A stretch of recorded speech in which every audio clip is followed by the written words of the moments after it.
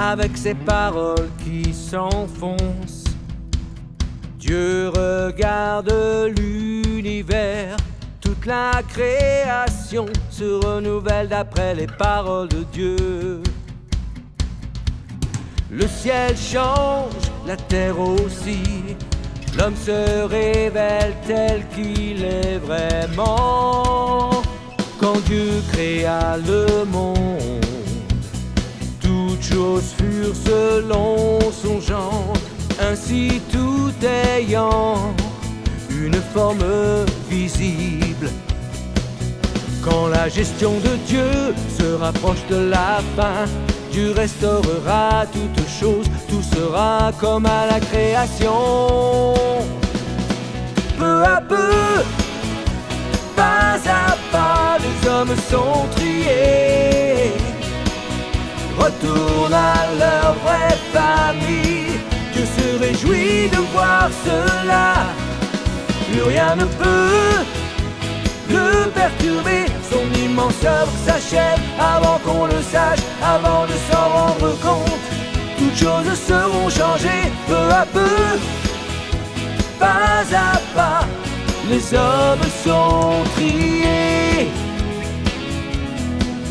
Dieu restaurera l'état d'origine de tout lors de la création. Dieu fait que tout soit changé pleinement. Il ramène tout dans son plan. Le moment est venu. La fin de son dernier plan est là. Au monde vieux et immonde, tu tombes sous la parole de Dieu. Tu seras réduit au néant à cause du plan de Dieu. Toutes choses créées par Dieu, par sa parole ont une vie nouvelle. Ayant un Seigneur souverain, au monde sanctifié, tu renaîtras dans la gloire de Dieu. Mon Sion ne te tait plus, Dieu revient victorieux. Il règne sur toutes les terres, sur toute la création. L'homme entame une nouvelle vie sur terre, avec un nouvel espoir peu à peu, pas à pas. Les hommes sont triés, peuple de Dieu, ne revivriez-vous pas dans sa lumière? Des rires de joie, sous la conduite et la guidance de Dieu. Les terres et les eaux acclament et rient.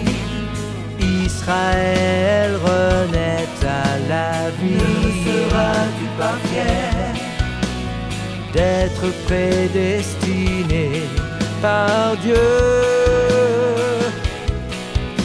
qui a pleuré, qui s'est lamenté? Israël n'existe plus. Israël d'aujourd'hui s'est levé dans le monde. Il subsiste dans les cœurs de ceux du peuple.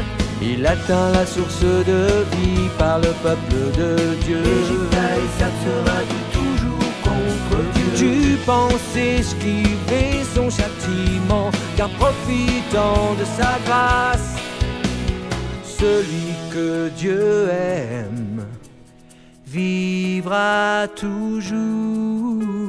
Celui qui s'oppose à Dieu sera puni pour toujours.